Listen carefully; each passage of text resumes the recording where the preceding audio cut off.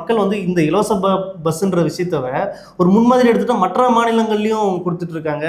ஆந்திராவாக இருக்கட்டும், இல்லை வட இந்தியாவாகட்டும், பல இடங்களில் கொடுத்துட்டு இருக்காங்க. இன்னொன்று அவர் கொடுக்குற திட்டத்தை மக்கள் எடுபடாது. இன்னொன்று மக்களுக்கே வந்து இலவசத்து மீதான கருத்து வந்து கொஞ்சம் குறைஞ்சிட்டு தான் வருது. எங்களுக்கு நல்ல விஷயம் செஞ்சா சரி, எங்களுக்கான சரியான உரிமை கொடுத்தா சரி, எங்களுக்கு வந்து வேலை வாய்ப்பு வேணும், விலைவாசி ஒரு வேண்டாம், இப்படிதான் அவங்களை போடுறாங்க தவிர இலவசத்தை வந்து இலவசமே வேணாங்கன்றாங்க. மக்கள் என்ன சொல்றாருன்னா, அந்த பட்டுப்புடவை கொடுத்த காரணம் வந்து நெசவாளர்களுக்கு அந்த இடத்துல வந்து நாங்க ஹெல்ப் பண்றது விதமா பட்டுப்புடவை கொடுக்குறோம் அப்படின்றாப்புல. இது எப்படின்னா கம்பி கட்டுற கதை மாதிரி தான் இருக்கு.